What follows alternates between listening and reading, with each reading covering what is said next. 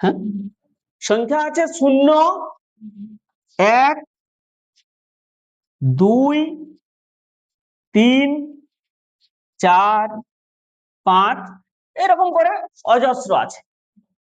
এবার বিষয় হচ্ছে এখানে বলা আছে কি না স্বাভাবিক সংখ্যা।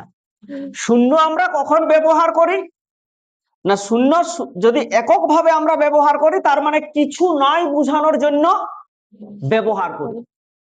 তাই শূন্যকে স্বাভাবিক সংখ্যার মধ্যে রাখা হয়নি। আমরা বলছি 0 টাকা, মানে কোনো টাকা নাই। তাই স্বাভাবিক সংখ্যা কত থেকে শুরু হয়েছে? 1 থেকে। এখানে বলেছে 4টি স্বাভাবিক সংখ্যার গড়। তাহলে 4টি স্বাভাবিক সংখ্যার গড় বার করতে গেলে আমাকে 4টি স্বাভাবিক সংখ্যার যোগফল নির্ণয় করতে হবে, পরে সেই যোগফলকে 4 দিয়ে ভাগ করতে হবে। তাহলে এই 4টি স্বাভাবিক সংখ্যা 1, 2, 3, 4 প্রথম 4টি স্বাভাবিক সংখ্যার যোগফল কত? 10। তাহলে 10কে যদি আমরা 4 দিয়ে ভাগ করি,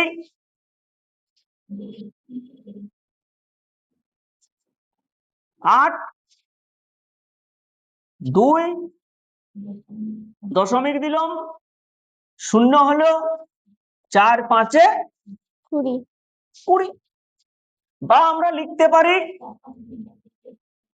2 পূর্ণ